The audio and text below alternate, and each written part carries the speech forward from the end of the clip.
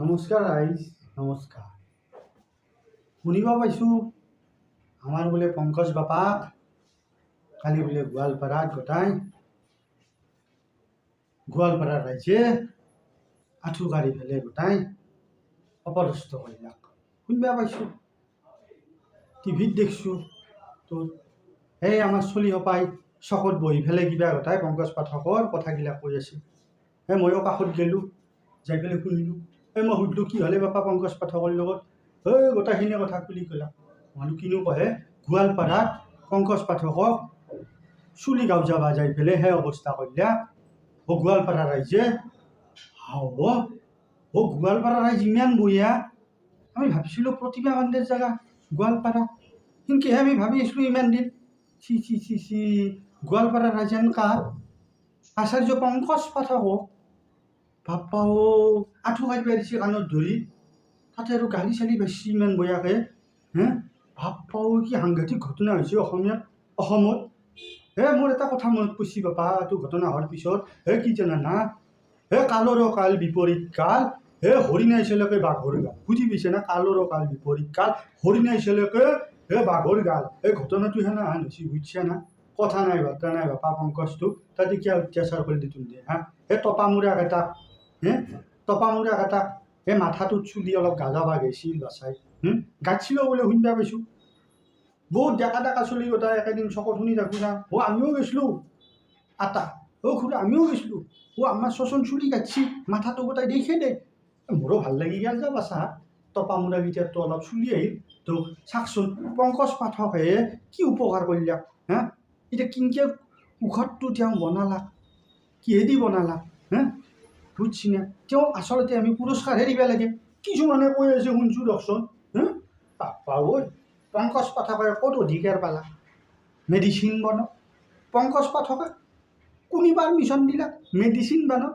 আৰু একজনে শুনছোঁহে টিভিত চাই থাকাতে কৈছি পংকজ পাঠকে 10 লাখ টকা আমাৰ ইয়াৰ পৰা ইনকাম কৰি লৈ গুচি গেল। বাপ্পা 10 লাখ টকা। আৰু কৈছি পংকজ পাঠকে কিবা বোলে সেই মনত আছে GST নে কিবা, আৰু লগতে কৈছি টেক্স কিবা বোলে ফাঁকি দিছি। ইমান জানো ময়ো, মোৰো অলপ লেখা পঢ়া আছে। নহয় বাচা, মোৰ আছে, মই অলপ বুজি পাইছোঁ। কিন্তু সেই যিটো মানুহ কৈছি তেওঁৰ সমস্যাটো ক'ত? পংকজ পাঠকে 10 লাখ ইনকাম কৰে, 20 লাখ ইনকাম কৰে, 30 লাখ ইনকাম কৰে। সি অসমীয়া চলি 14 কাইট কৰিব জনায়, 2 নম্বৰীটো কৰিব জনায়।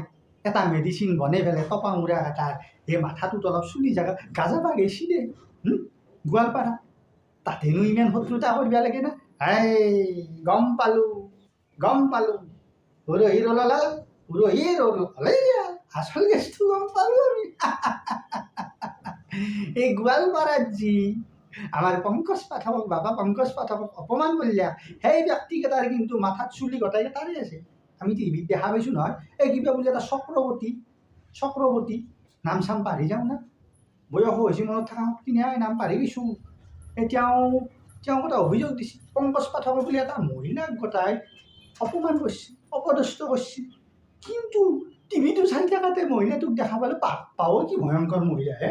আৰু যিযোৰা ড্ৰেছ পিন্ধছি বাপ্পা কিবা বোলে সেই ৰাতি পিন্ধি কিবা নাইটি নেকি? কিবা কৈছে আমাৰ বাপাহঁতে কৈছে, গাঁৱত এটা কৈ আৰম্ভ কৰিছে কিবা বুলি ক'লে সেই নাইটি পিন্ধি চাকচোন নাইটি পিন্ধি গৈছি। মই বোলো বাপা কেনা আনে নাইটিটো? শেষত কৈছে এইটো ফটোটো দেখি দিছে চচোন। মই বাপ্পাও নাইটি আনা চাকচোন আপুনি, সাংঘাতিক ঘটনা নহৈছি বাছাৰ লগত আমাৰ। সেই টপামূৰা তিৰিটো তই কিয় যাব লগা হ'ল? আৰু গৈছা তই তইতো চুলি গৌ যাবাই গৈছা, তোৰ ধৈৰ্য অলপো নাই। তই মেডিচিনটো খুজিছা, তই কৈছ অলপ দেৰিকৈ কথা পাতিম আপোনাৰ লগত। তোৰ ধৈৰ্য নাই মুঠতে একেদিনাই তোৰ মাথাত চুলি গজাই দিবা লাগে গোটাই। আৰু তোক মেডিচিনটো লাগে, তাহাঁতে কৈছে মেডিচিনটো সেনেকৈ দিবা নোৱাৰি, আমি সেনেকৈ নেদাওঁ। আৰু তই বা মেডিচিনটো ক'লৈ গেলি হয় সেইটোহে ডাঙৰ কথা। তইতো মস্ত ৰিচাৰ্জ কৰা বোধহয় তিৰোতা, সেইটো ৰিচাৰ্জ কৰিলে হয় তই ঘৰত নি ফেলে। দুনিয়াৰ মানুহ তাতে লগাইছি টপামূৰা পায়, আৰু আপুনি ঘৰত নি ফেলে ৰিচাৰ্জ কৰিলে হয় নেকি? তাতে লগালি নলাগ হয়। তাৰপিছত যেতিয়া নাপলা তিৰিটো নাটক কৰিব আৰম্ভ কৰিছে চক্ৰৱৰ্তী নামৰ মানুহটোৱে, সেই নাটকত যোগ দিছে, দি পেলাই গোটাই নাট্যকাৰ অভিনেতা হ'ল, হৈ পেলাই বাছা পংকজ পাঠকক সেই অপমান কৰিলাক।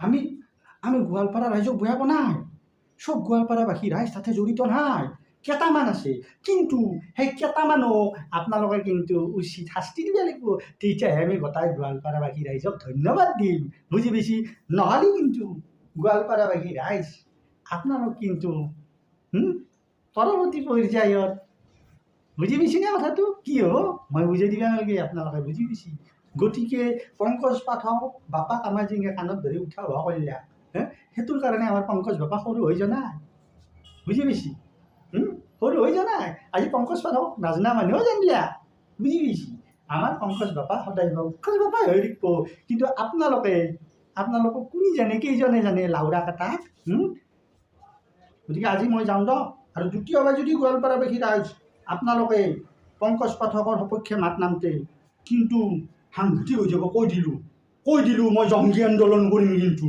একেবাৰে ৰাস্তাত মই ওলাই আহিম কিন্তু আপোনালোকৰ বিৰুদ্ধে কৈ দিলোঁ পাপাও গৰম হৈছে মই যাওঁ দিয়ক ইয়াতে ম্যাল মাঠি লিখি মোৰ কামগিলা এলাখান পৰি আছে যাওঁ দিয়ক আজি বিদায় দিম